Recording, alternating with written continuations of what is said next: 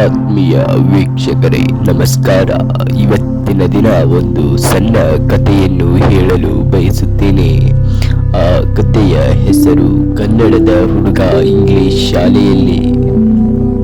ಕನ್ನಡದ ಹುಡುಗ ಇಂಗ್ಲಿಷ್ ಶಾಲೆಯಲ್ಲಿ ಒಬ್ಬ ಹುಡುಗ ತಾನು ಬೆಳೆದಿರ್ತಕ್ಕಂತಹ ಪ್ರದೇಶ, ವಾತಾವರಣವು ಹಾಗೂ ಆತನ ಮನೆಯಲ್ಲಿ ಎಲ್ಲವೂ ಕೂಡ ಕನ್ನಡವನ್ನೇ ಮಾತನಾಡುತ್ತಿದ್ದರು.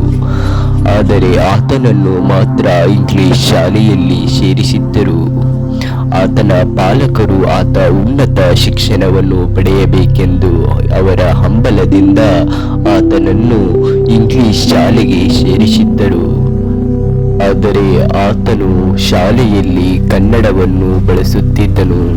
ಅದು ಹೇಗೆ ಎಂದರೆ, ಒಂದು ದಿನ ಆತ ಶಾಲೆಗೆ ಹೋಗಿ ಶಾಲೆಯ ಒಳಗೆ ಕುಳಿತುಕೊಂಡನು.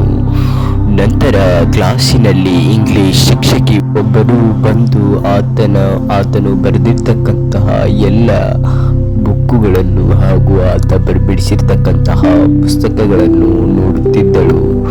ನಂತರ ಆ ಬುಕ್ಕಿನಲ್ಲಿ ಆತನು ಬರೆದಿರ್ತಕ್ಕಂತಹ ಎಲ್ಲ ಅಕ್ಷರಗಳು ಕನ್ನಡದ್ದೇ ಆಗಿರುತ್ತದೆ.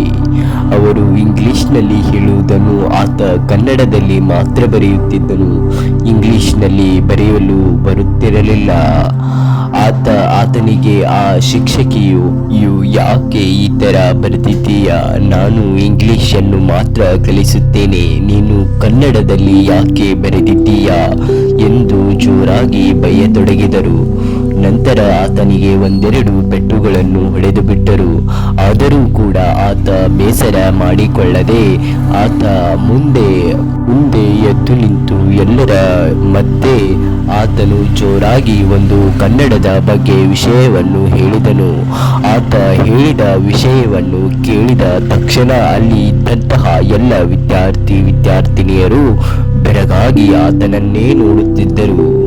ಆತ ಹೇಳಿರ್ತಕ್ಕಂಥ ವಿಷಯ ಏನಪ್ಪಾ ಅಂತಂದ್ರೆ, ಗಂಗಾ, ಚೋಳ, ಕದಂಬ, ರಾಷ್ಟ್ರಕೂಟ, ವಿದ್ಯಾರಣ್ಯ, ಗಂಡುಗಲಿ ರಾಮ, ಕೆಂಪೇಗೌಡ, ಹೈದರಾಲಿ, ಟಿಪ್ಪು, ಪುಲಕೇಶಿ, ನೃಪತುಂಗ, ಚಾವುಂಡರಾಯ, ಅತ್ತಿಮಬ್ಬೆ, ಚಂದ್ರಗುಪ್ತ, ಶಾತವಾಹನ, ವೆಂಕಟಪ್ಪನಾಯಕ, ಎಚ್.ಎಂ. ಬೆಳವಡಿ ಮಲ್ಲಮ್ಮ, ಚಿಕ್ಕದೇವರಾಯ, ಹೊಯ್ಸಳ, ಓಬವ್ವ, ಕುವೆಂಪು, ಬೇಂದ್ರೆ, ಮಾಸ್ತಿ, ಕಾರಂತ್, ಕಾರ್ನಾಡ್, ಕಂಬಾರ್, ಅನಂತಮೂರ್ತಿ, ಗೋಕಾಕ್, ಶರಣರ, ದಾಸರ, ಸಂತರ, ಮಹನೀಯರ, ಜನಪದರ, ಜನಸಾಮಾನ್ಯರ ಮೇಯ ನಾಡು ನುಡಿ ಕನ್ನಡ ಕನ್ನಡ ಕನ್ನಡ ಎಂದು ಕನ್ನಡದ ಬಗ್ಗೆ ಮಾತನಾಡುವುದನ್ನು ಕಂಡು ಶಿಕ್ಷಕಿಯು ಬೆರಗಾದರು ಮತ್ತು ಆತನ ಕನ್ನಡಕ್ಕೆ ಪ್ರೋತ್ಸಾಹ ನೀಡಿದರು ಮತ್ತು ಅವನು ಕನ್ನಡದಲ್ಲಿಯೇ ಉನ್ನತ ಮಟ್ಟದ ಶಿಕ್ಷಣವನ್ನು ಪಡೆಯಲು ಆತನ